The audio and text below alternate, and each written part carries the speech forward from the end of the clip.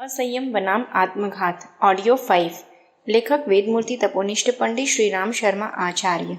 हनुमान जी की सच्ची उपासना। आवश्यकता इस बात की है कि अन्य शक्तियों के साथ साथ संगठन कुशलता भी होनी चाहिए। समूह में रहकर काम करना और समाज को सुसंगठित बनाने की सामर्थ्य भी होना आवश्यक है। हनुमान जी वानर सेना में प्रधान थे। उनके नेतृत्व में सेना ने बड़े बड़े काम किए। शरीर मन बुद्धि के विकास के लिए हृदय के विकास के लिए साथ साथ हमें संगठन को शक्तिशाली सामर्थ्यवान बनाने के लिए भी प्रयत्न करना आवश्यक है, क्योंकि संगठन में ही शक्ति है। असंगठित रहने वाले बड़े बड़े योद्धा भी नष्ट हो जाते हैं। शारीरिक, मानसिक एवं संगठन संबंधी शक्तियों का क्या उद्देश्य है? ऐसा क्यों आवश्यक है? शक्ति के प्रतीक हनुमान जी के जीवन से सहज ही इन प्रश्नों का उत्तर मिल जाता है। शक्ति साधनों का उपयोग किस लिए? राम सेवा के लिए रामदूत बनने में ही हनुमान जी अपना गौरव समझते हैं। भगवान का अवतार अधर्म का नाश और धर्म की स्थापना करने को होता है। सच्चे भगवत भक्त को भी अपनी गतिविधियों का निर्धारण इसी आधार पर करना होता है। राम सेवा का तात्पर्य है आसुरी शक्तियों का उन्मूलन। रावण की तरह समाज को पद्दलित करने वाले तत्वों के खिलाफ संघर्ष करके समाज को सभी भांति सुरक्षित, स्वतंत्र, सुखी बनाने की राम सेवा में लग जाना शक्ति का सर्वोत्तम उपयोग है। हनुमान जी अपने तन, मन, संगठन सभी शक्तियों के साथ राम सेवा के पुनीत उद्देश्य में लग गए थे। शक्तियों का उपयोग दूसरों का शोषण, दलन, अपहरण करने में करना, समाज के लिए आतंक, अत्याचार, असुरता की भावना पैदा करना, रावण का मार्ग अपनाना है। शक्ति तो हनुमान की तरह राम के पीछे चलकर ही पुण्यवान हो पाती है। ऋषि कहता है, आर्त त्राणाय यह शस्त्रम न प्रहर्तु मनागसी। तेरे शस्त्र पीड़ितों की रक्षा करने के लिए हैं, निरपराधों को सताने के लिए नहीं। किसी सच्चे बलवान का बल समाज की निर्बलता की कमी की पूर्ति करने के लिए होना चाहिए, न कि समाज को और भी निर्बल सिद्ध करने के लिए। जो निर्बल हैं, कमजोर हैं, असमर्थ हैं, उन्हें अपनी शक्ति का सहारा देकर बलवान बनाना, जीवन के सहज स्वाभाविक अधिकार प्रदान करना, यही बलवान का धर्म है। बलवान माँ अपने नन्हे शिशु को अपनी शक्तियों से पाल पोस कर एक दिन सामर्थ्यवान बना देती है। स्मरण रहे कि शक्तियों का महत्व बनाने में है, निर्माण में है, नष्ट करने में नहीं। कमजोर बनाने के लिए शक्तियाँ नहीं, इससे शक्तिवान का पतन होता है। उसकी शक्तियाँ भी धीरे धीरे नष्ट हो जाती हैं। शक्ति का रचनात्मक उपयोग शक्तियों को बढ़ाता है और शक्तिशाली को तेज सामर्थ्य प्रदान करता है। शरीर, मन, हृदय एवं बुद्धि की शक्तियों का विकास कीजिए। शरीर से मन, बुद्धि की शक्ति अधिक है। मन से हृदय की प्रेम शक्ति, निर्मलता, पवित्रता, सदाचार की शक्ति महान है। सभी भांति शक्तिशाली बनिए। स्मरण रखिए कि शक्ति ही जीवन है, आरोग्य ही प्रगति का आधार है। हम स्वास्थ्य और शक्ति की उपेक्षा न करें। घर में धन दौलत की कमी न हो, स्त्री, बच्चे, नाते, रिश्तेदार सब कोई हो, किंतु आरोग्य न हो, तो इन सब सुखदायक वस्तुओं से क्या कोई सच्चा हर्ष या उल्लास मिल सकता है? घर में उत्सव का अवसर हो, लड़के लड़की का विवाह हो, सब और चहल पहल दिखाई दे रही हो, किंतु आप स्वयं अस्वस्थ पड़े हों, तो क्या उस उत्सव का कोई आनंद पा सकते हैं? उस अवस्था में एक नैतिकता, अन्य बौद्धिक संतोष के सिवाय वह आनंद पुलक जिसे मन और शरीर तक में अनुभव किया जाता है, नहीं मिल सकता।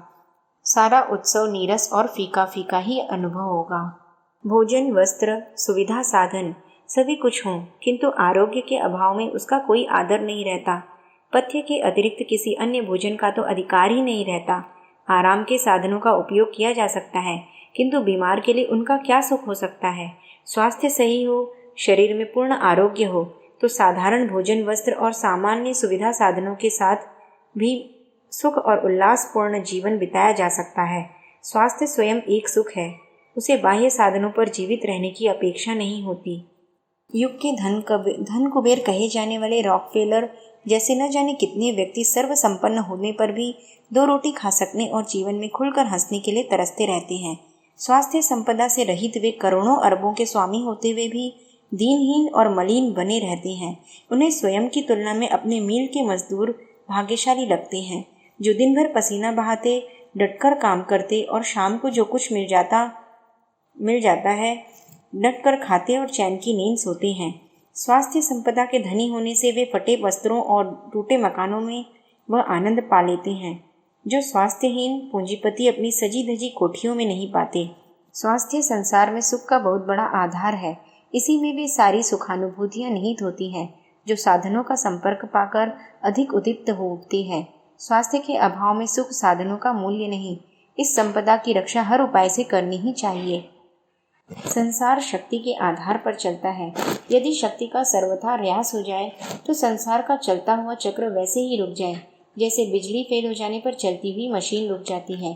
शरीर में जब तक शक्ति है इसका मूल्य महत्व अपरिमित है, पर शक्ति समाप्त हो जाने पर बोझ बन जाता है, किसी काम का नहीं रहता। फिर इससे न स्वयं प्रेम रहता है और न दूसरों को सहानुभूति। निरुपयोगी होकर अवहेलना की वस्तु बन जाता है। उपयोगिता समाप्त हो जाने पर संसार में हर वस्तु मूल्यहीन एवं तिरस्कार के योग्य हो जाती है। अनुपयोगी का महत्व इस कर्मभूमि संसार में हो भी कैसे सकता है।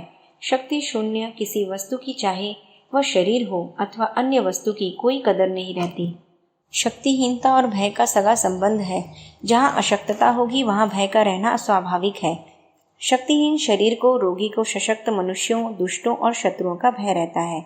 निर्बल धनवान को चोर लुटेरों का भय सताता रहता है। शक्तिहीन न जीवन में संघर्ष में ठहर सकता है और न प्रतिकूलताओं से टक्कर ले सकता है। अपमान, तिरस्कार, उपेक्षा और अवहेलना शक्तिहीनता के अनिवार्य दंड हैं। वह विरोधियों का अवरोध तो कर ही नहीं सकता, साथ ही भय और विरोध के कारण किसी सत्य बात को भी सामने प्रकट नहीं कर सकता। साहसहीनता और कायरता के कारण शक्तिहीन को दब्बू जीवन बिताने के लिए विवश होना पड़ता है। ऐसी दशा में सुख शांति की आशा कैसे की जा सकती है। शक्तिहीन को लोग जरा जरा सी बात पर ही दबाने, सताने का प्रयत्न किया करते हैं। शक्तिहीन का स्वत्व, संपत्ति और अधिकार छिनते देर नहीं लगती। कमजोर का कोई साथी बनने को तैयार नहीं होता, यहाँ तक कि निर्बलता से अभिशप्त को परमात्मा तक भुला देता है। शक्तिहीनता संसार में बहुत बड़ा दुखदायक पाप है, फिर चाहे वह शारीरिक, मानसिक अथवा बौद्धिक किसी प्रकार की भी क्यों न हो। इस प्रकार देख सकते हैं कि स्वास्थ्य और शक्ति ही सुख शांति के आधार एवं स्तंभ हैं। इनका अभाव न जाने कितनी तरह की कटुताएं और कुंठाएं जीवन में पैदा कर देता है। जीवन का समुचित विकास, शरीर हृष्टपुष्ट हो, हृदय उदार हो, मन प्रसन्न और बुद्धि निर्विकार हो, तभी संभव हो सकता है।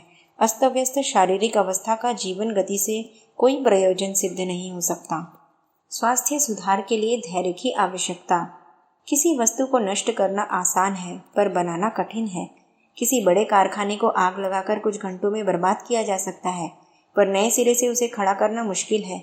किसी बड़ी इमारत को तोड़ना हो तो कुछ मामूली श्रेणी के अनजान मजदूर भी कुछ दिन में उसे तोड़ सकते हैं, पर यदि नए सिरे से मकान बनाना हो तो कुशल कारीगरों की बहुत सामान की जरूरत पड़ेगी और बहुत दिन उसे निर्माण में लगेंगे।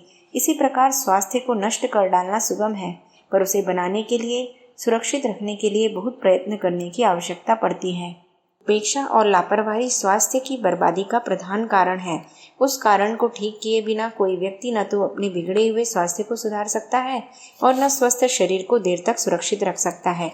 उपेक्षा के गर्त में पड़ी हुई हर वस्तु नष्ट होती है। जिस चीज की साज संभाल न की जाएगी वही कुछ दिन में बिगड़ने लगेगी और संभाल कर रखने पर वह जितने दिन जीवित रहती उसकी अपेक्षा लापरवाही का तिरस्कार सहकर कहीं जल्दी टूट फूट जाएगी। लोग अपने धन दौलत की चौकसी रखते हैं, खेती बाड़ी की, कोठी गोदाम की रखवाली का समुचित ध्यान रखते हैं, पर आरोग्य जैसी अमूल्य संपत्ति की ओर सर्वथा उपेक्षा धारण किए रहते हैं। ऐसी दशा में यदि दिन दिन क्षीण होता चले तो इसमें आश्चर्य की कोई बात नहीं है। शरीर एक मोटर के समान है जिसमें अनेकों सूक्ष्म यंत्र लगे हुए हैं। ड्राइवर यदि उन यंत्रों के संबंध में सावधानी बरतते और उन्हें ठीक तरह काम में लेते तो वही मोटर देर तक चलती है। अनाड़ी ड्राइवर जिसे तेज दौड़ाने का तो शौक है, पर इस बात का ध्यान नहीं कि क्या क्या सावधानी बरतना आवश्यक है, वह मोटर को थोड़े ही दिनों में बर्बाद कर देगा। इंजन के कीमती पुर्जे अपने चलाने वालों से इस बात की अपेक्षा करते हैं कि उनकी क्षमता से अधिक भार न पड़ने दिया जाए। अत्याचार से हर चीज नष्ट होती है, फिर वे बेचारे पुर्जे भी अपवाद क्यों होंगे। अनाड़ी ड्राइवर जिस प्रकार असावधानी के कारण कीमती मोटर को भी कुछ दिन में कूड़ा बना देता है, उसी प्रकार शरीर के प्रति लापरवाही बरतने वाले, अत्याचार करने वाले लोग भी कमजोरी और बीमारी के शिकार होकर अकाल मृत्यु के मुख में चले जाते हैं। चतुर ड्राइवर जिस प्रकार पुरानी मोटर से भी बहुत दिन काम ले लेते हैं, उसी प्रकार शरीर के प्रति सावधानी बरतने वाले दुर्बल मनुष्य भी अपनी सामान्य शारीरिक स्थिति से भी बहुत दिन तक काम चलाते रहते हैं। महात्मा गांधी का वजन 66 पाउंड था। शरीर की दृष्टि से दुर्बल और स्वल्प सामर्थ्य वाले थे। यदि कोई असंयमी व्यक्ति उनकी जैसी शारीरिक स्थिति में होता तो वह अधेड़ होने तक रोगों में ग्रस्त होकर मर खप गया होता। पर गांधी जी ने जीवन का महत्व समझा। शरीर को भगवान की सौंपी हुई एक अत्यंत महत्वपूर्ण अमानत मानकर उसके द्वारा समुचित सत्कर्म करने का निश्चय किया तो उन्हें यही उचित प्रतीत हुआ कि सबसे प्रथम शरीर की सुरक्षा पर ध्यान दिया जाए।